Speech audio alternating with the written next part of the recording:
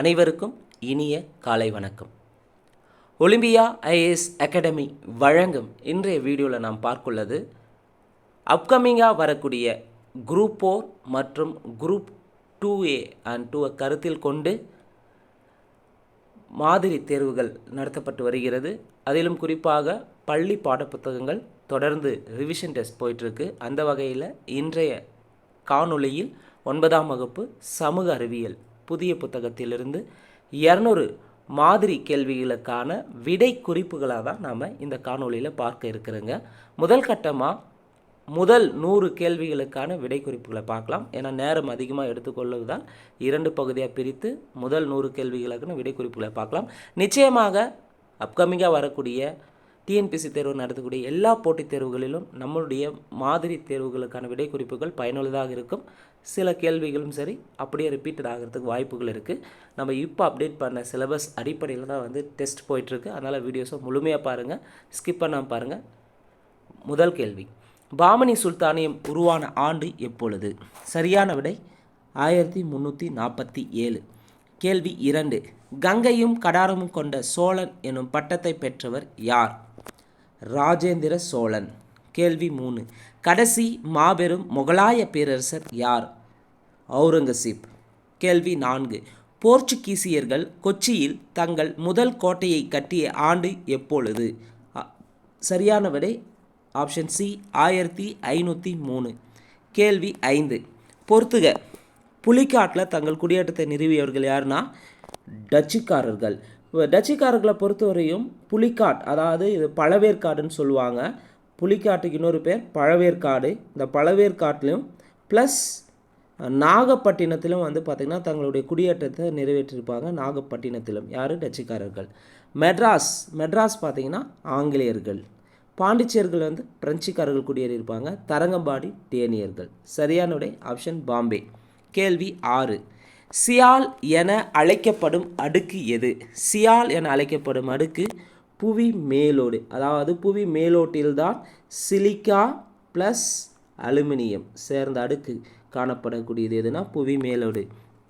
அதே கருவத்தில் பார்த்தீங்கன்னா நைப்பு, nickel plus இரும்பு காணப்படும். இதை நைஃப் அடுக்குன்னு கூட சொல்லலாம். எது? கருவம். கேள்வி 7, உலகிலேயே மிக ஆழமான பகுதி எது? உலகிலேயே மிக ஆழமான பகுதி சாவியோ கிணறு. கேள்வி 8, மற்ற அலைகளை விட மிகவும் வேகமாக பயணிக்கக்கூடியவை எது? மற்ற அலைகளை விட மிகவும் வேகமாக பயணிக்கக்கூடியவை பி அலைகள்னு சொல்லலாம், அல்லது முதன்மை அலைகள்னு சொல்லலாம். ஸோ இதுதான் பார்த்திங்கன்னா மற்ற அலைகளை விட மிக வேகமாக பயணிக்கக்கூடிய அலைகள். மொத்தம் 3 அலைகள் இருக்குது. பி அலைகள், எஸ் அலைகள், எல் அலைகள்னு சொல்லிட்டு.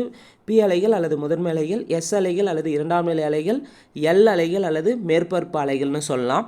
இது குறிப்பாக இந்த பி அலைகளை பொறுத்தவரையும் புவி ஓட்டினை முதலில் வரும் அலைன்னு சொல்லலாம். பி அலை பொறுத்தவரையும்னா புவி ஓட்டினை முதலில் வரும் அலை பி அலை. பி அலை பொறுத்தவரையும் திடப்பொருள், திரவப்பொருள் வாயுவில் பயணிக்கக்கூடியதாக இருக்கும். இதனுடைய வேகம் பார்த்திங்கன்னா 5.3 கிலோமீட்டர்லேருந்து 10 கிலோமீட்டர், 10.6 கிலோமீட்டர் பார்த்திங்கன்னா ஒரு செகண்டுக்கு இதனுடைய வேக ஸ்பீடு இருக்கும். எது? பி அலை. அப்போ பி அலைனா புவியோட்டினை முதலில் வரும் அலை.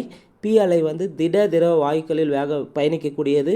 இதனுடைய வேகம் ஒரு வினாடிக்கு 5.3 கிலோமீட்டர் முதல் 10.6 கிலோமீட்டர் வேகத்தில் பயணிக்கக்கூடியது. இது பார்த்திங்கன்னா மற்ற அலைகளை விட மிகவும் வேகமாக பயணிக்கக்கூடியவை. அடுத்து இரண்டாம் நிலை அலைகள், எஸ் அலைகள். எஸ் அலையை பொறுத்தவரையும் சொல்லணும்னா இது இரண்டாம் நிலை அலைகள்னு சொல்லலாம். இது திடப்பொருட்கள் வழியாக மட்டுமே பயணிக்கும். திடப்பொருட்கள் வழியாக மட்டுமே பயணிக்கும் அலை எதுன்னு கேட்பாங்க? எஸ் அலை. இதனுடைய சராசரி வேகம் வினாடிக்கு 1 கிலோமீட்டர்லேருந்து 8 கிலோமீட்ரு. அடுத்து எல் அலை. எல் அலைனா மேற்பரப்பு அலைகள்னு சொல்லலாம். மேற்பரப்பு அலையை பொறுத்தவரையும் வேகம் குறைவானதாக இருக்கும். அதிக இழப்பை ஏற்படுத்தக்கூடிய அலை எதுன்னு கேட்பாங்க. நிலநடுக்கம் ஏற்படுவதற்கு அதிக இழப்பை ஏற்படுத்தக்கூடிய அலை எதுன்னு கேட்டிங்கன்னா எல் அலைகள்னு சொல்லலாம், அல்லது மேற்பரப்பு அலைகள்னு சொல்லலாம். இதனுடைய வேகம் ஒரு வினாடிக்கு 1 கிலோமீட்டர்லேருந்து 1 கிலோமீட்டர் டு 5 கிலோமீட்டர் வேகத்தில் இருக்கும். மிக மெதுவாக பயணிக்கக்கூடிய அலை எல் அலை அல்லது மேற்பரப்பு அலைகள்னு சொல்லலாம். ஆனால் அதிக பாதிப்பு, அதிக இழப்பு, உயிர் சேதத்தை ஏற்படுத்தக்கூடிய அலைகள்னால் அது எல் அலை தான். கேள்வி 9. சிலி நாட்டில் 1960ஆம் ஆண்டு பயோபொயோ என்ற இடத்தில் ரிக்டர் அளவில் டேஸ் ஆக பதிவான புவி அதிர்ச்சியே மிக உயர்ந்த பதிவாக கருதப்படுகிறது. 9.5 பதிவானது. கேள்வி 10. எரிமலை உச்சியில் காணப்படும் கிண்ணம் போன்ற வடிவமுடைய பள்ளத்தை எரிமலை வாய் என்று பெயர். எரிமலை உச்சியில் காணப்படும் கிண்ணம் போன்ற வடிவமுடைய பள்ளம் எரிமலை வாய் என்று பெயர். கேள்வி 11. கூட்டு எரிமலைக்கு எடுத்துக்காட்டு தருக. கூட்டு எரிமலைக்கு எடுத்துக்காட்டு எதுனா பியூஜிமா எரிமலைன்னு சொல்லலாம். கூட்டு எரிமலைக்கு எடுத்துக்காட்டு பியூஜியாமா எரிமலைன்னு சொல்லலாம். கூட்டு எரிமலைக்கு இன்னொரு பேர் வந்து அடுக்கு எரிமலை. கூட்டு எரிமலைக்கு இன்னொரு பேர் என்ன? அடுக்கு எரிமலை. அதே இந்த பியூஜியமா இன்னொன்றுத்துக்கு எடுத்துக்காட்டாக சொல்லலாம். எதுக்குன்னா உறங்கும் எரிமலைக்கு எடுத்துக்காட்டாக சொல்லுவாங்க. இந்த பியூஜியமா எரிமலை எங்கே இருக்குன்னா ஜப்பானில் உள்ளது. அதே செயின்ட் ஆலன்ஸ் எரிமலை வந்து பார்த்திங்கன்னா யூஎஸ்ஏவில் இருக்கும், அமெரிக்காவில் இருக்குது. செயின்ட் ஆலன்ஸ் எரிமலை இது வந்து பார்த்திங்கன்னா செயல்படும் எரிமலைக்கு எடுத்துக்காட்டுன்னு சொல்லலாம். கிளிமாஞ்சரோ எரிமலை வந்து பார்த்திங்கன்னா தான்சானியாவில் இருக்கும். இது செயலிழந்த எரிமலைக்கு எடுத்துக்காட்டு. பாரந்தீவு எரிமலை இந்தியாவில் செயல்படக்கூடிய ஒரே எரிமலை வந்து பாரந்தீவு எரிமலை தான். கேள்வி 12. சிலிக்கா அதிகமுள்ள எரிமலை குழம்பு அதிக பிசுபிசுப்புடன் வெளியேறுவதால் நீண்ட தூரத்திற்கு பரவ முடியாமல் எரிமலை வாய்க்கு அருகிலேயே வட்ட வடிவத்தில் படிந்து சிறு குன்று போல காணப்படுது. என்னன்னு சொல்லுவாங்கன்னா கும்மட்ட எரிமலைன்னு சொல்லுவாங்க. ஸோ சிலிக்கா அதிகமுள்ள எரிமலை குழம்பு அதிக பிசுபிசுப்புடன் வெளியேறுவதால் நீண்ட தூரத்திற்கு பரவ முடியாமல் எரிமலை வாய்க்கு அருகிலேயே வட்ட வடிவத்தில் படிந்து சிறு குன்று போல காணப்படுவது கும்மட்ட எரிமலை என்பர்.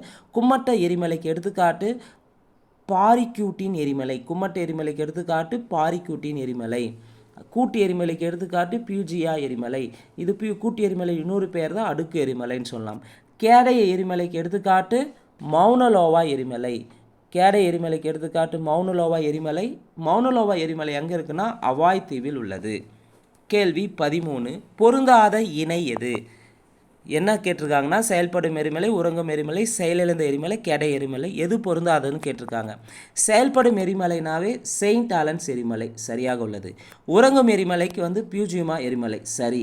செயலிழந்த எரிமலை கிளிமாஞ்சரோ எரிமலை சரி.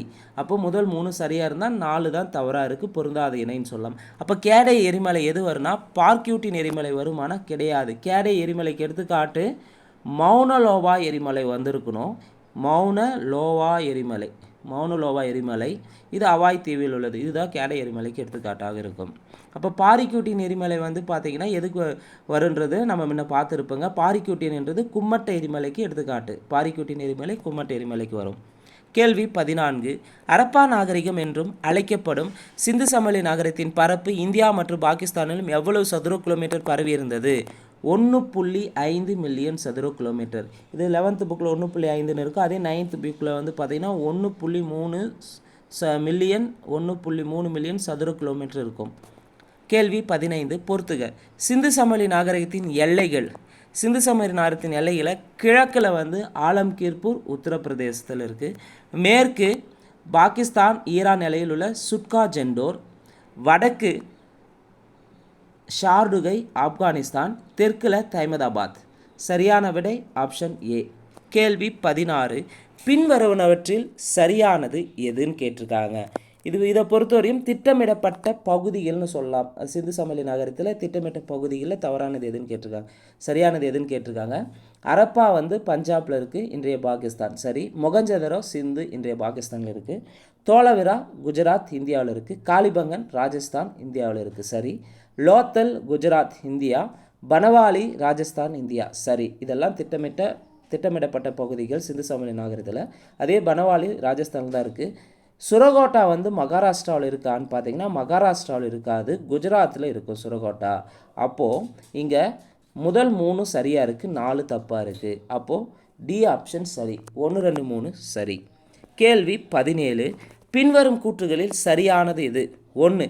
அரப்பா மக்கள் சுடாத செங்கற்களையும் கற்களையும் கட்டுமானங்களும் பயன்படுத்தினார்கள் சரி.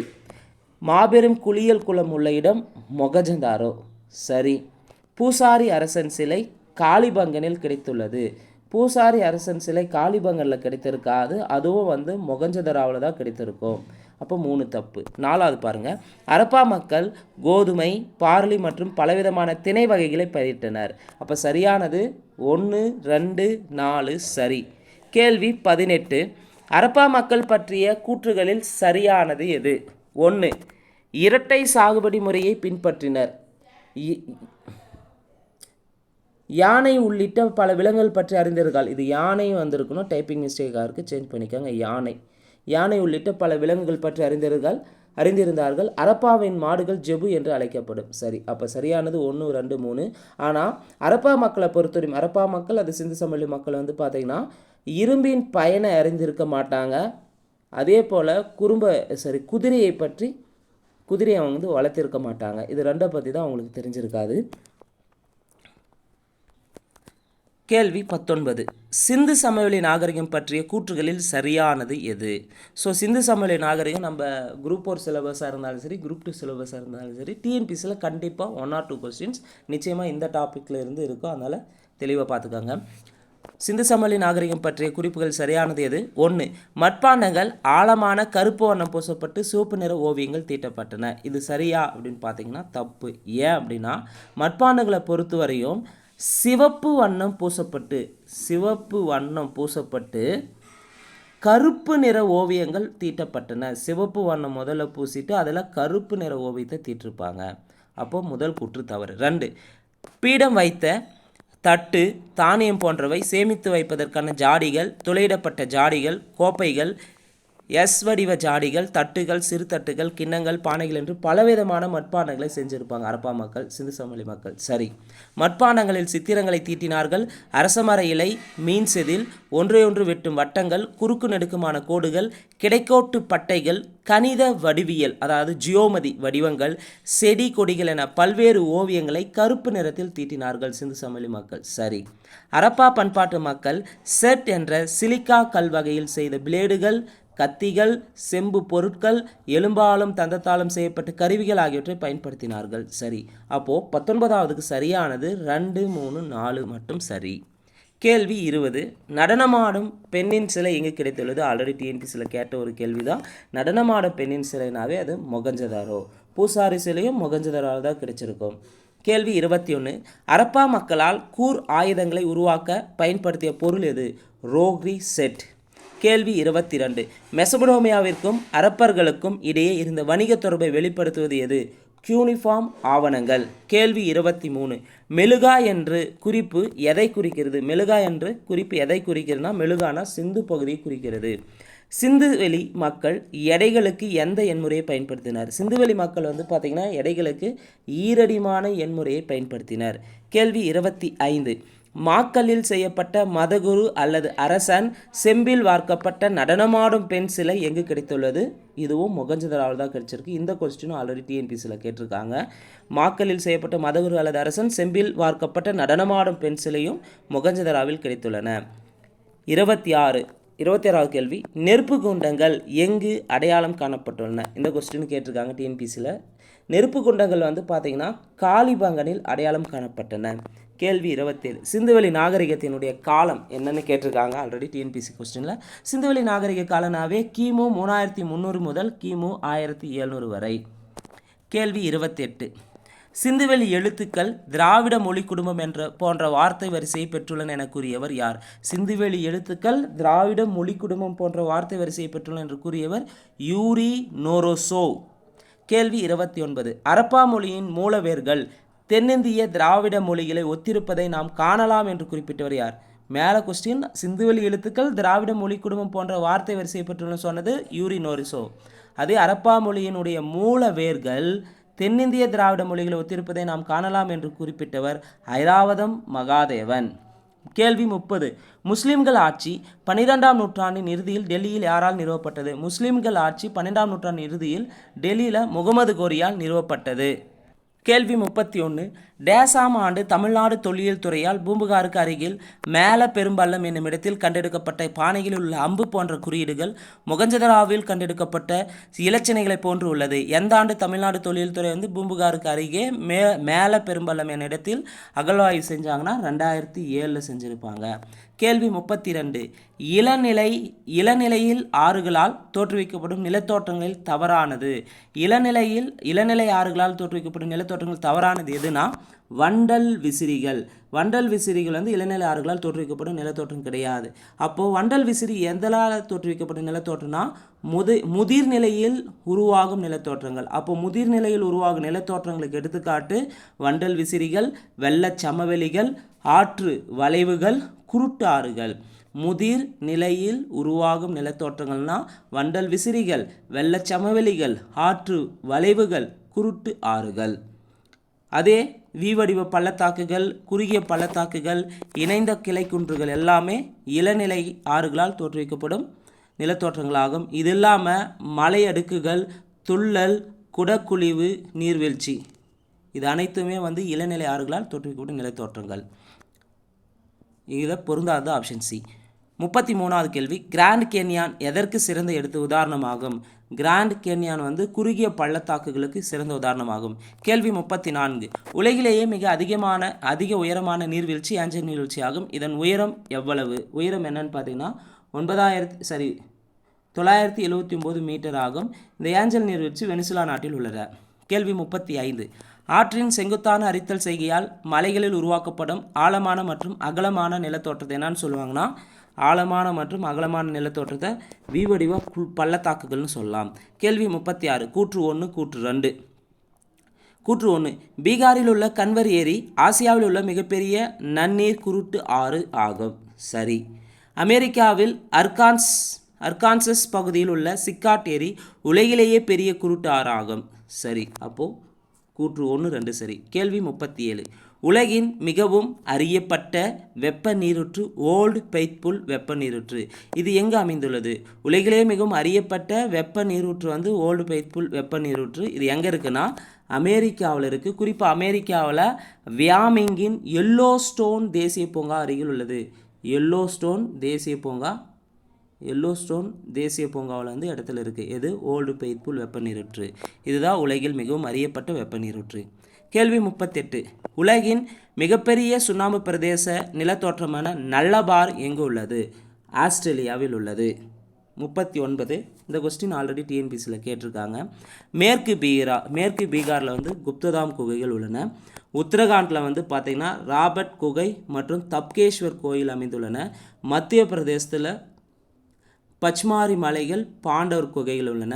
சத்தீஸ்கர் பஸ்தர் என்ற இடத்துல வந்து பார்த்திங்கன்னா குடும்சார் குகைகள் காணப்படுகிறது. ஆந்திர பிரதேசத்தில் போரா குகைகள் காணப்படுகின்றன. சரியான விடை ஆப்ஷன் சி. 40வது கேள்வி, சுண்ணாம்பு பாறைகள் கரைதலினால் ஏற்படும் புனல் வடிவ பள்ளங்கள் என்னன்னு சொல்லலாம்? உறிஞ்சி துளைன்னு சொல்லலாம். சுண்ணாம்பு பாறைகள் கரைதலினால் ஏற்படும் புனல் வடிவ பள்ளங்கள் உறிஞ்சி துளை என்பர். உலகின் மிக ஆழமான உறிஞ்சி துளையான சைனோசை ஜான்காங் எங்கு அமைந்துள்ளது? உலகிலேயே மிகவும் ஆழமான உறிஞ்சி துளை வந்து சைனோசா ஜான்காங். இது வந்து பார்த்தீங்கன்னா எங்கே இருக்குன்னா சீனாவில் இருக்குது. எவ்வளோ ஆழம்னு பார்த்தீங்கன்னா 2172 அடி ஆழமுடையது. 42வது கேள்வி, கால்சியம் கார்பனேட் கலந்த நீர் தரையில் படிந்து மேல் நோக்கி வளர்வது என்னன்னா கல்முளைன்னு சொல்லுவாங்க. கால்சியம் கார்பனேட் கலந்த நீர் தரையில் படிந்து மேல் நோக்கி வளர்வது கல்முளை. கேள்வி 43, நாற்காலி போன்ற வடிவமுடைய பள்ளங்கள் எதுனா சர்க்குகள்னு சொல்லலாம். இது ஆல்ரெடி டிஎன்பிசியில் கேட்ட கேள்வி தான். நாற்காலி போன்ற வடிவமுடைய பள்ளங்கள் சர்க்குகள் என்பர். 44வது கேள்வி, கவிழ்த்து வைக்கப்பட்ட மிகப்பெரிய கரண்டியை போன்ற அல்லது பாதியாக வெட்டப்பட்ட முட்டையை போன்ற காட்சியளிக்கும் மொரைன்கள் என்னன்னு சொல்லுவாங்கன்னா ட்ரம்லின்கள் என்று பெயர். 45வது கேள்வி, காற்று அரித்தலால் உருவாக்கப்படும் நிலத்தோற்றங்களில் தவறானது. காற்று அரித்தலால் உருவாக்கப்படும் நிலத்தோற்றங்களில் தவறானது எதுனா சர்க்கு மட்டும் வராது. அதே காளான் பாறை, இன்சல்பர்க்கு, யாட்டங் இதெல்லாம் வந்து காற்று அரித்தலால் உருவாக்கப்படும் நிலத்தோற்றங்களில் வரும். கேள்வி 46, பிறை வடிவத்தில் தனித்து காணப்படும் மணல் மேடுகளை என்னன்னு சொல்லலாம்னா பிறை வடிவத்தில் தனித்து காணப்படும் மணல் மேடுகளை பர்கான்கள் என்று அழைப்பர். கேள்வி 47, வானிலையை உருவாக்கும் அடுக்கு எது? வளிமண்டல இருந்த டாபிக் ரொம்ப முக்கியமான டாபிக் கூட. வானிலையை உருவாக்கும் அடுக்கு எதுனா வளிமண்டல கீழடுக்கு, ஸ்ட்ராட்டோஸ்பியர். 48வது கேள்வி, ஜெட் விமானங்கள் பறப்பதற்கு ஏதுவாக உள்ள அடுக்கு எது? ஜெட் விமானங்கள் பறப்பதற்கு ஏதுவாக உள்ள அடுக்கு மீள் அடுக்கு, ஸ்ட்ராட்டோஸ்பியர்னு சொல்லுவாங்க. ஸ்ட்ராட்டோஸ்பியர் இது ஆல்ரெடி கேட்டிருக்காங்க. 49வது கேள்வி, புவியை நோக்கி வரும் விண்கற்கள் எவ்வடுக்கில் நுழைந்ததும் எரிவிக்கப்படுகின்றன? புவியை நோக்கி வரும் விண்கற்கள் இடையடுக்கில் நுழைந்ததும் எரிவிக்கப்படுகின்றன. கேள்வி 50, புவியிலிருந்து பெறப்படும் வானொலி அலைகள் எவ்வடுக்கிலிருந்து தான் புவிக்கு திருப்பி அனுப்பப்படுகின்றன? இந்த கொஸ்டின் ஆல்ரெடி டிஎன்பிசியில் கேட்டிருக்காங்க. புவியிலிருந்து பெறப்படும் வானொலி அலைகள் எவ்வடுக்கிலிருந்து தான் புவிக்கு திருப்ப அனுப்பப்படுகின்றன? வெப்ப அடுக்கு அல்லது அயனி அடுக்குன்னு சொல்லலாம். கேள்வி 51, எந்த அடுக்கில் உயரே செல்ல செல்ல வெப்பநிலை குறையும்? எந்த அடுக்கில் உயரே செல்ல செல்ல வெப்பநிலை குறையும்னா வளிமண்டல கீழடுக்கு, ட்ரோபோஸ்பியர்னு சொல்லுவாங்க. வளிமண்டல கீழடுக்குன்னு சொல்லலாம். எந்த அடுக்கில் உயரம் செல்ல செல்ல வெப்பநிலை குறையும்? அனைத்து வானிலை மாறுபாடுகள், இடி, புயல், மேலே எல்லாமே இந்த வளிமண்டல கீழடுக்கில் தான் ஏற்படும். ஆல்ரெடி கேட்ட கேள்வியும் கூட. 52வது கேள்வி, எந்த அடுக்கில் உயரம் அதிகரித்து செல்ல செல்ல வெப்பநிலை அதிகரித்து கொண்டே செல்லும்? எந்த அடுக்கில் பார்த்தீங்கன்னா உயரம் அதிகரித்து செல்ல செல்ல வெப்பநிலை அதிகரித்து கொண்டே போனால் வெப்ப அடுக்கு. கேள்வி 53, பின்வரும் கூற்றுகளில் தவறானது எது? 4 ஆப்ஷனில் எது தவறுன்னு பார்க்கலாம். காற்றின் வேகத்தை அளக்க காற்று வேகமானி, இது அனிமோமீட்டர்னு சொல்லுவாங்க ஆங்கிலத்தில். காற்றின் திசை அறிய காற்று திசை காட்டி, விண்ட் வேன் கருவிகளாக பயன்படுத்தப்படுகின்றன. சரி. காற்றினை அளக்க பயன்படுத்தும் அலகு கிலோமீட்டர் பை மணி அல்லது கைடல் மைல் ஆகும். சரி. வருடம் முழுவதும் நிலையாக ஒரே திசையை நோக்கி வீசும் காற்றுகள் கோள் காற்று எனப்படும். இவை நிலவும் காற்று என்று அழைக்கப்படுகிறது. சரி. அப்போ முதல் 3 கூற்று தவறாக இருந்தால் தவறானது ஆப்ஷன் டி. என்னன்றதை பார்க்கலாம். வட மற்றும் தென் அரைக்கோளங்களின் துணை வெப்ப மண்டல உயரழுத்த மண்டலங்களிலிருந்து நிலநடுக்கோட்டு தாழ்வழுத்த மண்டலங்களை நோக்கி வீசும் காற்று துருவ கிளைக்காற்றுகள்னு சொல்லியிருக்காங்க. இது துருவ கிளைக்காற்று வராது, வியாபார காற்றுகள்னு சொல்லலாம். இதுக்கு பேர் என்ன? வியாபார காற்றுகள். அதாவது வட மற்றும் தென் அரைக்கோளங்களின் துணை வெப்ப மண்டல உயரழுத்த மண்டலங்களிலிருந்து நிலநடுக்கோட்டு தாழ்வழுத்த மண்டலங்களை நோக்கி வீசும் காற்று வியாபார காற்று. கேள்வி 54, தென்கோளத்தில் எந்த காற்றுகள் 400 அச்சங்களில் கர்ஜிக்கும் 40கள் எனவும் 500 அச்சங்களில் சீறு 50கள் எனவும் 600 அச்சங்களில் கதரும் 60கள் எனவும் அழைக்கப்படுகிறது? தென்கோளத்தில் எந்த காற்றுனா மேலை காற்றுகள். கேள்வி 55, பொறுத்துக. வெப்ப சூறாவளிகள். ஆஸ்திரேலியாவில் வெப்ப சூறாவளிக்கு என்ன பேர்னா வில்லி. ரொம்ப ரொம்ப முக்கியமான கேள்வி, கண்டிப்பாக எதிர்பார்க்கலாம். ஆஸ்திரேலியாவில் உருவாகும் வெப்ப சூறாவளியின் பேர் வில்லி. இந்திய பெருங்கடலுக்கு வெப்ப சூறாவளியின் பேர் சூறாவளி தான். அட்லாண்டிக் பெருங்கடலில் உருவாகும் சூறாவளிக்கு ஹரிக்கேன்கள்னு சொல்லலாம். பிலிப்பைன்ஸில் உருவாகும் சூறாவளி பேக்யூஸ்னு சொல்லுவாங்க. அதே ஜப்பானில் உருவாகும் புயலுக்கு பேர் டைஃபூன்னு சொல்லலாம். ஜப்பானில் உருவாகும் வெப்ப சூறாவளியின் பேர் டைஃபூன். 55க்கு சரியான விடை ஆப்ஷன் பாம்பே. 56வது கேள்வி, சூப்பர் சைக்ளோன் நடைபெற்ற ஆண்டு எப்பொழுது? சூப்பர் சைக்ளோன் நடைபெற்ற ஆண்டு 1999 அக்டோபர் 29. 57வது கேள்வி, பொறுத்துக. சிராக்கோ எங்கே நடைபெறும்? சிராக்கோன்றது ஆப்பிரிக்காவின் வட கடற்கரை பகுதி. ரொம்ப ரொம்ப முக்கியமான கேள்வி. சின்னூக் என்பது ராக்கி மலைத்தொடர், வட அமெரிக்கா. லூ தார் பாலைவனம், இந்தியா. மிஸ்ரல் மத்திய தரைக்கடல் பகுதி, பிரான்ஸ். போரா பார்த்தீங்கன்னா மத்திய தரைக்கடல் பகுதி, பிரான்ஸ். சரியான விடை ஆப்ஷன் ஏ. 58வது கேள்வி, பின்வரும் கூற்றுகளில் தவறானது எது? 4 ஆப்ஷனில் எது தவறுன்னு பார்க்கலாம். 1, கீற்று மேகங்கள் வளிமண்டலத்தில் 8000 முதல் 12000 மீட்டர் உயரத்தில் மெல்லிய வெண்ணிற இலை போன்ற தோற்றத்தில் காணப்படும். இது முற்றிலும் ஈரப்பதம் இல்லாத மேகங்கள். பனித்துகள்களை கொண்ட மேகங்கள் மழைப்பொழிவை தருவதில்லை. எந்த மேகம்? கீற்று மேகங்கள் மழைப்பொழிவை தருவதில்லை. சரி. கீற்று திரள் மேகங்கள் வெண்மையான திட்டுக்களாகவோ விரிப்பு போன்றோ அடுக்கடுக்காகவோ அமைந்திருக்கும். இவை பனிப்படிகங்களால் ஆனவை. எது? கீற்று திரள் மேகங்கள். சரி. கீற்று படைமேகங்கள் மென்மையான பால் போன்ற வெள்ளை நிறத்தில் கண்ணாடி போன்று காணப்படும். இது மிக சிறிய பனித்துகளை கொண்ட மேகம். சரி. அப்போது கீற்று படைமேகங்களும் சரி. D option. இடைப்பட்ட படைமேகங்கள் செம்மறியாட்டு மேகங்கள் அல்லது கம்பளி கற்றை மேகங்கள் என்று அழைக்கப்படுகிறதா? தப்பு. அப்போது செம்மறியாட்டு மேகங்கள் அல்லது கம்பளி கற்றை மேகங்கள் என்று அழைக்கப்படுவது இடைப்பட்ட திரள் மேகங்கள். இடைப்பட்ட திரள் மேகங்கள். எது? இடைப்பட்ட திரள் மேகங்கள் தான் செம்மறியாட்டு மேகங்கள் அல்லது கம்பளி கற்றை மேகங்கள் என்று அழைக்கப்படுகின்றன. கேள்வி 59. புவியின் மேற்பரப்பை ஒட்டிய பகுதிகளில் தோன்றும் கருமையான மேகங்கள். புவியின் மேற்பரப்பை ஒட்டிய பகுதியில் தோன்றும் கருமையான மேகங்கள் என்னன்னு சொல்லுவாங்கன்னா கார்படை மேகங்கள். கேள்வி 60. ஆல்ரெடி கேட்ட கேள்வி. பெண் குதிரைவாள்கள் என்று அழைக்கப்படும் மேகம் எது? பெண் குதிரைவாள் என்று அழைக்கப்படும் மேகம் கீற்று மேகங்கள். கேள்வி 61. மிகவும் அடர்த்தியான கனத்த தோற்றத்துடன் இடியுடன் கூடிய மழை தரும். இவை பொதுவாக கனமழையையும் அதிக பனிப்பொழிவையும் சில நேரங்களில் கல்மாரி மழை மற்றும் சுழற்காற்றுடன் கூடிய மழையை தரும் மேகம் எதுனா கார்த்திரள் மேகங்கள். கார்த்திரள் மேகங்கள் தான் பார்த்தீங்கன்னா இடியுடன் கூடிய மழையை தரும் மேகங்களாகும். மேகங்கள் டாபிக் முக்கியமானது, சில கண்டிப்பாக எக்ஸாம் பாயிண்ட் ஆஃப்ல எதிர்பார்க்கலாம். கேள்வி 62. தட்டையான அடிபாகமும் குவிமாடம் போன்ற மேல் தோற்றமும் கொண்டு காலிஃப்ளவர் போன்ற வடிவத்துடனும் காணப்படும் தெளிவான வானிலையுடன் தொடர்புடைய மேகம் எது? அப்போ தெளிவான வானிலையோடு தொடர்புடைய மேகம் எது? திரள் மேகங்கள். கேள்வி 63. பின்வரும் எந்த மேகங்கள் தோன்றும் போது அப்பகுதியில் தெளிவான வானிலை காணப்படும்?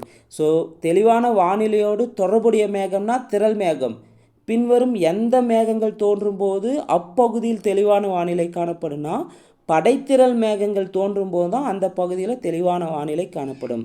அதே தெளிவான வானிலையோடு தொடர்புடைய மேகம்னா திரள் மேகங்கள். 2 கேள்விக்குள்ள வித்தியாசத்தை பார்த்துக்கோங்க. 64வது கேள்வி. இடியுடன் கூடிய புயல் மற்றும் மழையுடன் கூடிய புயலின் போது 2 சென்டிமீட்டருக்கு மேல் விட்டம் உள்ள பனிக்கட்டிகள் என்னன்னு சொல்லுவாங்கன்னா கல்மாரி மழை என்று பெயர். கேள்வி 65. எந்த அடுக்கில் மட்டும்தான் அனைத்து வகையான மேகங்களும் காணப்படும்? எந்த அடுக்கில் இருக்குன்னா வளிமண்டல கீழடுக்கில் தான் காணப்படும். வளிமண்டல கீழடுக்கில் மட்டும்தான் அனைத்து வகையான மேகங்களும் காணப்படும். கேள்வி 66. 1000 ஏரிகளின் நிலம் என்று அழைக்கப்படுவது எது? 1000 ஏரிகளின் நிலம் என்று அழைக்கப்படுவது பின்லாந்து. கேள்வி 67. தி டைம் இதழ் யாருக்கு கோலத்தின் கதாநாயகன் என்ற பட்டத்தை முதலில் வழங்கி சிறப்பித்துள்ளது? சில்வியா ஏரல் என்பவருக்கு தான் கோலத்தின் கதாநாயகன் என்ற பட்டத்தை தி டைம் இதழ் வெளியிட்டுள்ளது. கேள்வி 68. உலகின் செழிப்பான மீன்பிடி தலங்களுக்கு ஏற்ற இடம். ஆல்ரெடி கேட்ட கேள்வி டிஎன்பிசியில் கண்டத்திட்டுக்கள். கேள்வி 69. கடலடி பள்ளத்தாக்குகள் மற்றும் அகழிகள் காணப்படுவது எப்பகுதியின் சிறப்பம்சமாகும்? கடலடி பள்ளத்தாக்கும் அகழியும் காணப்படுவது கண்டச்சரிவினுடைய சிறப்பம்சமாகும். கேள்வி 70. நிலத்தில் காணப்படும் வண்டல் விசிறிகளை போன்றே கடலடியிலும் வண்டல் விசிறிகளை எப்பகுதி கொண்டுள்ளது? நிலத்தில் காணப்படும் வண்டல் விசிறிகளை போன்றே கடலடியிலும் வண்டல் விசிறிகள் எப்பகுதியில் காணப்படும்னா கண்ட உயர்ச்சியில் காணப்படும். கேள்வி 71. அபிசல் குன்றுகள், கடல் குன்றுகள், கடல்மட்ட குன்றுகள், பவளப்பாறைகள் மற்றும் வட்ட பவளத்திட்டுகள் ஆகியன எச்சமவெளியின் தனித்துவம் வாய்ந்த நிலத்தோற்றம்? ஆழ்கடல் சமவெளி தான் தனித்துவம் வாய்ந்த நிலத்தோற்றம். கேள்வி 72. பெரும்பாலும் வலிமையான நில அதிர்வுகளின் நிலநடுக்க மேல்மைய புள்ளி எங்கு காணப்படுகிறது? பெரும்பாலும் வலிமையான நில அதிர்வுகளின் நிலநடுக்க மேல்மைய புள்ளி எங்கே காணப்படும்னா கடலடி பள்ளத்தில் காணப்படும். கேள்வி 73. கடலின் ஆழத்தை அளவிடக்கூடிய ஒரு அலகு பாத்தோம்கள் என்று பெயர். கேள்வி 74. தேசிய கடல்சார் நிறுவனம் நிறுவப்பட்ட ஆண்டு 1996. உலகின் மிக நீளமான பவளப்பாறை திட்டு த கிரேட் பேரியர் ரீப் எங்குள்ளது? இந்த கொஸ்டின் ஆல்ரெடி கேட்ட கேள்வி தான், ரொம்ப முக்கியமான கேள்வியும் கூட. த கிரேட் பேரியர் ரீப் உலகின் மிக நீளமான பவளப்பாறை திட்டு ஆஸ்திரேலியாவில் காணப்படுகிறது. கிட்டத்தட்ட 2900 தனித்த பவளப்பாறைகளும் எவ்வளோ நீளம் நீண்டு காணப்படும்னா 2000 கிலோமீட்டர் நீளத்துக்கு நீண்டு காணப்படுகிறது. 900 தீவுகளை உள்ளடக்கியுள்ளது. இதனுடைய பரப்பு பார்த்திங்கன்னா 3,50,000 சதுர கிலோமீட்டர் பரப்பளவில் உள்ளது இந்த கிரேட் பேரியர் ரீப். 2900 தனித்த பவளங்கள், 2000 கிலோமீட்டர் நீளமுடையது, 900 தீவுகளை உள்ளடக்கியது, 3,50,000 சதுர கிலோமீட்டர் பரப்பளவை கொண்டதா த கிரேட் பேரியர் ரீஃப் எங்கே இருக்குது? ஆஸ்திரேலியாவில் இருக்குது. கேள்வி 76. லாப்ரடார் நீரோட்டம் எந்த பெருங்கடலில் காணப்படுகிறது? லாப்ரடார் நீரோட்டம் வந்து பார்த்திங்கன்னா அட்லாண்டிக் பெருங்கடலில் காணப்படுகிறது. லாப்ரடார் நீரோட்டம் அட்லாண்டிக் பெருங்கடலில் காணப்படுகிறது. கேள்வி 77. பின்வரும் கூற்றுகளில் தவறானது எது? 4 ஆப்ஷன் எது தவறுன்னு பார்க்கலாம். 1. நமீபியா மற்றும் கலகாரி பாலைவனங்கள் வளர்ச்சியடைய உதவுவது பென்குலா நீரோட்டம். சரி. கடற்வழி பயணத்திற்கு தடையாக உள்ளது வளைகுடா நீரோட்டம். உயர் அச்ச பகுதிகளில் உள்ள துறைமுகங்களில் ஆண்டு முழுவதும் பனி உறையாமல் வட அட்லாண்டிக் நீரோட்டம் இருக்க உதவுகிறது. சரி. முதல் 3 சரியாக இருக்கும்போது 4 தான் தவறாக இருக்குது. சகாரா பாலைவனத்தின் விரிவாக்கத்தில் தாக்கத்தை ஏற்படுத்துவது லாப்ரடார் நீரோட்டமா? சகாரா பாலைவனத்தின் விரிவாக்கத்தில் தாக்கத்தை ஏற்படுத்துவது கேனரி நீரோட்டம். கேனரி நீரோட்டம். கேனரி நீரோட்டம். இந்த கேனரி நீரோட்டம் வந்து இது ஒரு குளிர் நீரோட்டம்னு சொல்லலாம். இதுதான் வந்து சகாரா பாலைவனத்தின் விரிவாக்கத்தில் பெரும் தாக்கத்தை ஏற்படுத்தும். லாப்ரடார் நீரோட்டம் கிடையாது. அப்போது இந்த கேனரி நீரோட்டம் எங்கே இருக்குன்னா வட அட்லாண்டிக்கில் கடலில் இருக்கும். வட அட்லாண்டிக் கடலில் என்னென்ன நீரோட்டம் இருக்குன்னா வளைகுடா நீரோட்டம் என்பது வெப்ப நீரோட்டம் காணப்படும். வட அட்லாண்டிக் நீரோட்டம் வெப்ப நீரோட்டம் காணப்படும். லாப்ரடார் நீரோட்டமும் கேனரி நீரோட்டம் குளிர் நீரோட்டம். அப்போ வட அட்லாண்டிக்கில் 2 வெப்ப நீரோட்டம் இருக்குது, 2 குளிர் நீரோட்டம் இருக்குது. வளைகுடா நீரோட்டமும் வட அட்லாண்டிக் நீரோட்டமும் வெப்ப நீரோட்டங்கள். லாப்ரடார் நீரோட்டமும் கேனரி நீரோட்டமும் குளிர் நீரோட்டங்கள். கேள்வி 78. வெப்ப நீரோட்டங்களில் தவறானது எது? வெப்ப நீரோட்டங்களில் தவறானது பென்குலா நீரோட்டம். ஏன்னா இது பென்குலா நீரோட்டம் என்பது குளிர் நீரோட்டம். குளிர் நீரோட்டம் பென்குலா நீரோட்டம். அதே வளைகுடா நீரோட்டம், வட அட்லாண்டிக் நீரோட்டம், குரோஷியா நீரோட்டம் இது 3 வெப்ப நீரோட்டங்களுக்கு எடுத்துக்காட்டு. ஆனால் பென்குலா நீரோட்டம் என்பது குளிர் நீரோட்டத்துக்கு எடுத்துக்காட்டு. இந்த பென்குலா நீரோட்டம் எங்கே இருக்குன்னா தென் அட்லாண்டிக் பெருங்கடலில் உள்ளது. பென்குலா நீரோட்டம் தென் அட்லாண்டிக் பெருங்கடலில் இது குளிர் நீரோட்டத்துக்கு எடுத்துக்காட்டு பென்குலா நீரோட்டம். கேள்வி 79. குளிர் நீரோட்டங்களில் தவறானது எது? லாப்ரடார் நீரோட்டம், பெருவியன் அல்லது அம்போல்டு நீரோட்டம், ஓகோஷியா நீரோட்டம், அலாஸ்கா நீரோட்டம். அப்போ குளிர் நீரோட்டங்கள் தவறானது எதுன்னு பார்த்தீங்கன்னா அலாஸ்கா நீரோட்டம் தான். அலாஸ்கா நீரோட்டம் என்பது வெப்ப நீரோட்டம் ஆகும். அலாஸ்கா நீரோட்டம் வெப்ப நீரோட்டம் ஆகும். இது வட பசிபிக் பெருங்கடலில் காணப்படுகிறது. அலாஸ்கா நீரோட்டம் வந்து பார்த்திங்கன்னா வெப்ப நீரோட்டம் வட பசிபிக் பெருங்கடலில் காணப்படுகிறது. அப்போ வட பசிபிக் பெருங்கடலில் 2 வெப்ப நீரோட்டம் காணப்படும், 2 குளிர் நீரோட்டம் காணப்படும். வட பசிபிக் பெருங்கடலில் குரோஷியா நீரோட்டமும் அலாஸ்கா நீரோட்டமும் வந்து பார்த்திங்கன்னா வெப்ப நீரோட்டங்களாக இருக்குது. வட பசிபிக் பெருங்கடலில் குரோஷியா நீரோட்டமும் அலாஸ்கா நீரோட்டம் வெப்ப நீரோட்டமாகவும், ஓகோஷியா நீரோட்டமும் கலிபோர்னியா நீரோட்டம் வந்து குளிர் நீரோட்டமாக இருக்குது. எதில் இருக்குது? வட பசிபிக் பெருங்கடலில் உள்ளன. கேள்வி 80. பிரைரரி எங்கே இருக்குது? பிரைரினா வட அமெரிக்கா. ரொம்ப ரொம்ப முக்கியமான ஒரு கேள்வியும் கூட. ஸ்டெப்பி யுரேஷியா. பாம்பாஸ் அர்ஜென்டினா மற்றும் உருகுவே. World Australia. டவுன்ஸு தென்னாப்பிரிக்கா. சரியான ஆப்ஷன் பாம்பே. கேள்வி 81. ஐக்கிய நாடுகளின் சுற்றுச்சூழல் மற்றும் வளர்ச்சி மாநாடு நடைபெற்ற ஆண்டு. ஐக்கிய நாடுகளின் சுற்றுச்சூழல் மற்றும் வளர்ச்சி மாநாடு 1992 நடைபெற்றது. கேள்வி 82. பின்வரும் கூற்றுகளில் சரியானது எது? 4 கூற்று இருக்குது, இதில் எது சரின்னு பார்க்கலாம். 1. பாபிலோனில் கிமு 3800 உலகின் முதல் மக்கள் தொகை கணக்கெடுப்பு நடந்தது. பாபிலோனில் கிமு 3800 தான் உலகின் முதல் மக்கள் தொகை கணக்கெடுப்பு நடந்தது. சரி. நவீன உலகில் மக்கள் தொகை கணக்கெடுப்பை முதலில் நடத்திய நாடு டென்மார்க். சரி. நவீன உலகில் மக்கள் தொகை கணக்கெடுப்பை முதலில் நடத்திய நாடு டென்மார்க். சரி. இந்தியாவில் 1872ஆம் ஆண்டில் தான் முதலாக மக்கள் தொகை கணக்கெடுப்பு நடத்தப்பட்டது. சரி. உலக மக்கள் தொகை தினம் ஜூன் 11. தப்பு. உலக மக்கள் தொகை தினம் ஜூலை 11. அப்போ முதல் 3 கூற்றும் சரியாக இருக்குது, 4 தப்பாக இருக்குது. அப்போ கேள்வி என்ன? சரியானது எதுன்னு கேட்டிருக்காங்க. 1, 2, 3 சரி. கேள்வி 83. இந்திய அரசின் அதிகாரப்பூர்வமான மக்கள் தொகை கொள்கை நடைமுறைப்படுத்தப்பட்ட ஆண்டு. இந்திய அரசின் அதிகாரப்பூர்வமான மக்கள் தொகை கொள்கை நடைமுறைப்படுத்தப்பட்ட ஆண்டு 1952. கேள்வி 84. ஆறுகள் ஒன்றாக சேரும் இடங்களில் காணப்படும் குடியிருப்பு எது? ஆறுகள் ஒன்றாக சேரும் இடங்கள் காணப்படும் குடியிருப்புகள் வட்ட வடிவ குடியிருப்புகள். அதே ஃபஸ்ட் ஆப்ஷன் பார்க்கலாம். செவ்வக வடிவ குடியிருப்புகள்.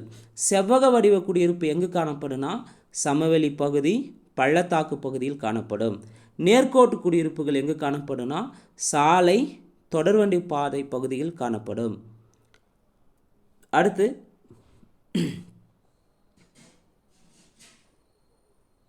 நேர்கோட்டை பார்த்தீங்கன்னா நேர்கோட்டு குடியிருப்புகள் சாலை, தொடர்வண்டி பாதை, ஆற்றங்கரை மற்றும் அணைக்கட்டு ஓரங்களில் காணப்படுகிறது நேர்கோட்டு குடியிருப்புகள்.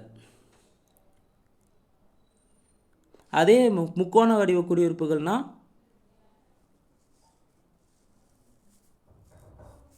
சரி 84க்கு மாற்றி சொல்லியிருக்க ஆன்சரு. ஆறுகள் ஒன்றாக சேரும் இடங்களில் காணப்படும் குடியிருப்புகள் வந்து முக்கோண வடிவ குடியிருப்புகள். ஆறுகள் ஒன்றாக சேரும் இடங்கள் காணப்படும் குடியிருப்புகள் முக்கோண வடிவ குடியிருப்பு. அப்போ செவ்வக வடிவ குடியிருப்பு எங்கே இருக்குன்னா சமவெளி பகுதி, பள்ளத்தாக்கு பகுதியில் காணப்படும். நேர்கோட்டு குடியிருப்புனா சாலைகள், தொடர்வண்டி பாதை, ஆற்றங்கரை, அணைக்கட்டு ஓரங்கள் காணப்படுவது.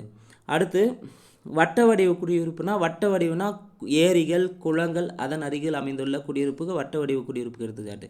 அப்போ ஆறுகள் ஒன்றாக சேரும் இடங்களில் காணப்படும் குடியிருப்பு எதுனா முக்கோண வடிவ குடியிருப்பு. கேள்வி 85. பிரண்ட்லேண்ட் குழு வளம் குன்றா வளர்ச்சி என்ற சொல்லுக்கான விளக்கத்தை அளித்த ஆண்டு எப்பொழுது? வளம் குன்றா வளர்ச்சி என்ற சொல்லுக்கான விளக்கத்தை அளித்த ஆண்டு 1987 சொல்லியிருப்பாங்க. பிரண்ட்லேண்ட் குழு தான். கேள்வி 86. புவன் என்ற இணையதளம் கணினி சார்ந்த பயன்பாட்டிற்காக இந்திய விண்வெளி ஆராய்ச்சி கழகத்தினால் உருவாக்கப்பட்ட ஆண்டு எப்பொழுது? சரியானுடைய ஆப்ஷன் ஏ. 2009 ஆகஸ்ட் 12 புவன் என்ற இணையதளத்தை உருவாக்கியிருப்பாங்க இந்திய விண்வெளி ஆராய்ச்சி கழகம். கேள்வி 87. பொறுத்துக. கலிலியோ எந்த நாட்டுதுன்னு பார்த்தீங்கன்னா கலிலியோ வந்து ஐரோப்பாவது, நவ்ஸ்டார் வந்து அமெரிக்காவது, குளோனாஸ் வந்து பார்த்தீங்கன்னா ரஷ்யாவது, பீடோ சீனாவது, நாவிக் இந்தியாவது. கலிலியோ ஐரோப்பா, நவ்ஸ்டார் அமெரிக்கா, குளோனாஸ் ரஷ்யா, பீடோ சீனா, நாவிக் இந்தியா. சரியானடை ஆப்ஷன் பாம்பே. கேள்வி 88. தீ விபத்து ஏற்பட்டால் நாம் அழைக்க வேண்டிய தொலைபேசி எண் எது? சரியான விடை ஆப்ஷன் பாம்பே. 112 தான் நாம் அழைக்க வேண்டும். நில், விழு, உருள் என்பது எதற்கான ஒத்திகை? நில், விழு, உருள் என்பது தீக்கான ஒத்திகை. கேள்வி 90. விழு, மூடிக்கொள், பிடித்துக்கொள் என்பது எதற்கான ஒத்திகை? விழு, மூடிக்கொள், பிடித்துக்கொள் என்பது நிலநடுக்கத்திற்கான ஒத்திகை. 91வது கேள்வி. பொறுத்துக. உயர்குடியாட்சி கொண்ட நாட்டுக்கு எடுத்துக்காட்டு இங்கிலாந்து, ஸ்பெயின். உயர்குடியாட்சி நாடுக்கு இங்கிலாந்து, ஸ்பெயின். முடியாட்சிக்கு பூட்டான், ஓமான், கத்தார் எடுத்துக்காட்டு. தனிநபர் ஆட்சிக்கு வடகொரியா, சவுதி அரேபியா. சிறுகுழு ஆட்சிக்கு சோவியத் யூனியன், சீனா, வெனிசுலா, வடகொரியா. மதகுருமார்களின் ஆட்சிக்கு எடுத்துக்காட்டு வாட்டிகன். சரியான விடை ஆப்ஷன் சி 91க்கு. 92வது கேள்வி. ரோம் நாட்டில் முதன்முதலில் குடியரசு என்னும் சொல் வடிவமைக்கப்பட்ட ஆண்டு கிமு 500. கேள்வி 93. இந்திய அரசியலமைப்பு ஏற்றுக்கொள்ளப்பட்ட ஆண்டு எப்பொழுது? இந்திய அரசியலமைப்பு ஏற்றுக்கொள்ளப்பட்ட ஆண்டு நவம்பர் 26, 1949. அதே நடைமுறைக்கு வந்தது கான்ஸ்டியூஷன் வந்து ஜனவரி 26, 1950. ஏற்றுக்கொள்ளப்பட்டது நவம்பர் 26, 1949. நடைமுறைக்கு வந்தது ஜனவரி 26, 1950. 94வது கேள்வி. ஒரு உண்மையான மக்களாட்சியை 20 பேர் குழுவாக அமர்ந்து கொண்டு செயல்படுத்த முடியாது. இது கீழ் நிலையிலுள்ள ஒவ்வொரு கிராம மக்களாலும் செயல்படுத்தப்படுவதாகும் என்று கூறியவர் யார்? மகாத்மா காந்தி. கேள்வி 95. கூற்று 1, கூற்று 2. கூற்று 1. 1912-13 ஆண்டு புதுடெல்லியில் உள்ள இந்தியாவின் நாடாளுமன்ற கட்டடத்தை எட்வின் லூட்டியன்ஸ் மற்றும் ஹெர்பர்ட் பேக்கர் எனும் பிரிட்டிஷ் கட்டிடக் கலைஞர்கள் வடிவமைத்தனர். இது 1921 கட்டத் தொடங்கி 1927 கட்டி முடித்தாங்க. இந்த கேள்வி பார்த்தீங்கன்னா ரீசெண்டாக 2023 தேர்வில் பாலிட்டி கொஸ்டினில் நம்ம பார்த்துருப்போங்க, கேட்டிருக்காங்க. கூற்று 2. முதல் பொது தேர்தல் 1951 ஆண்டு அக்டோபர் 25 நாள் முதல் 1952 ஆண்டு பிப்ரவரி 21 நாள் வரை நடைபெற்றது. முதல் பொது தேர்தல்னாவே 1951 அக்டோபர் 25 ஸ்டார்ட் ஆகி 1952 பிப்ரவரி 21 முடிஞ்சிருக்கும். பிப்ரவரி 21 முடிஞ்சிருக்கும். ஸோ மொத்தம் 489 இடங்களில் 364 இடங்களில் வெற்றி பெற்றது இந்திய தேசிய காங்கிரஸ் கட்சி ஆட்சி அமைத்தது. இதில் எது சரினா கூற்று 1, 2 சரி. 96வது கேள்வி, பிரிட்டிஷ் இந்தியாவில் முதல் பொது தேர்தல் நடைபெற்ற ஆண்டு. இந்த கொஸ்டின் ஆல்ரெடி டிஎன்பிசியில் கேட்டிருக்காங்க. பிரிட்டிஷ் இந்தியாவில் முதல் பொது தேர்தல் நடைபெற்ற ஆண்டு 1920. கேள்வி 97, இந்திய தேர்தல் ஆணையம் பற்றி குறிப்பிடும் பகுதி மற்றும் சட்ட விதிகள். இதுவும் கேட்டிருக்காங்க. இந்திய தேர்தல் ஆணையத்தை குறிப்பிடும் பகுதி 15, சட்ட விதிகள் 324 to 329 வந்து இந்திய தேர்தல் ஆணையத்தை பற்றி குறிப்பிடுகிறது. எலெக்ஷன் கமிஷன் ஆஃப் இந்தியா தலைமையிடம் வந்து நியூ டெல்லியில் இருக்குது. 98வது கேள்வி, தேர்தல் ஆணையம் பற்றிய கூற்றுகளில் சரியானது எது? 1, இந்திய தேர்தல் ஆணையம் அமைத்திட சட்டப்பிரிவு 324 வழிவகை செய்கிறது. சரி. ஒரு தலைமை தேர்தல் ஆணையர் மற்றும் 3 தேர்தல் ஆணையர்களை உள்ளடக்கியது. ஒரு தலைமை தேர்தல் ஆணையர் மற்றும் 3 தேர்தல் ஆணையர்கள் உள்ளடக்கியதானா 2 தேர்தல் ஆணையர்களை உள்ளடக்கியதாக இருக்கும். அப்போது 2வது கூற்று தப்பு. 2 சரிதான். ஏன்னா இங்கே ஒரு தலைமை தேர்தல் ஆணையர் மற்றும் 3 தேர்தல் ஆணையர்கள் உள்ளடக்கியது. ஒரு தலைமை தேர்தல் ஆணையர் ப்ளஸ் 2 தலைமை தேர்தல் ஆணையர் மொத்தம் 3 தேர்தல் ஆணையர்களை உள்ளடக்கியது. சரி. தற்போதைய தலைமை தேர்தல் ஆணையர் யாருன்னா ராஜீவ்குமார். மொத்தம் ஒரு தலைமை தேர்தல் ப்ளஸ் 2 தேர்தல் ஆணையர் இருப்பாங்க. அதான் மொத்தம் 3 தேர்தல் ஆணையர்கள் உள்ளடக்கியதுன்னு சொல்லியிருக்காங்க. தற்போதைய தலைமை தேர்தல் ஆணையர் ராஜீவ்குமார். ஸோ அனைத்துமே சரி. 99வது கேள்வி, இது ஆல்ரெடி கேட்டிருக்காங்க. நோட்டாவுக்கான விரிவாக்கம் கேட்டிருக்காங்க. விவிபேட்டுக்கான விரிவாக்கம் கேட்டிருக்காங்க. So NOTA none of the above. VVPAT voters verified paper audit trail. Already கேட்ட கேள்வி தான். 2014 நடைபெற்ற பொது தேர்தலில் முதல் முறையாக நோட்டா அறிமுகம் செய்யப்பட்டது. உலகில் நோட்டாவை அறிமுகப்படுத்திய 14வது நாடு இந்தியா ஆகும். ஸோ அனைத்துமே சரி.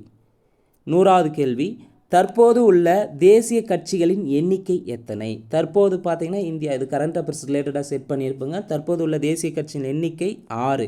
அதே புத்தகத்தில் 9th சோசியல் சயின்ஸ் புக்கில் பாலிட்டி பகுதியில் 2017 வரை அங்கீகரிக்கப்பட்ட தேசிய கட்சிகளின் எண்ணிக்கை எத்தனைன்னு கேட்டிருப்பாங்க. புத்தகத்தில் இருக்கும், அது 7. ஆனால் தற்போது உள்ள தேசிய கட்சியின் எண்ணிக்கை வந்து 6 உள்ளன. ஸோ இந்த வீடியோவில் பொறுத்தவரையும் நம்ம முதல் 100 கேள்விகளுக்கான விடை குறிப்புகளை பார்த்துருக்கலாம்.